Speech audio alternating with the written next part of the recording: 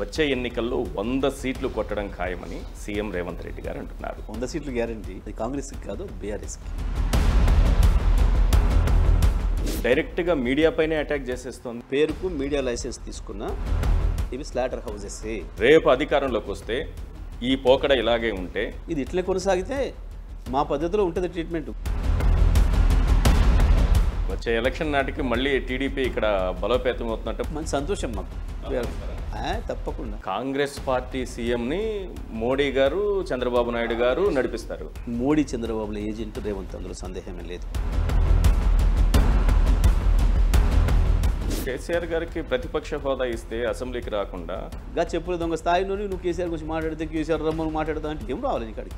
మాజీ మంత్రి జగదీష్ రెడ్డితో స్పెషల్ ఇంటర్వ్యూ రాత్రి 7 గంటలకు. నియంతృత్వంతో ప్రజా ఉద్యమాలను ఆపగలరా?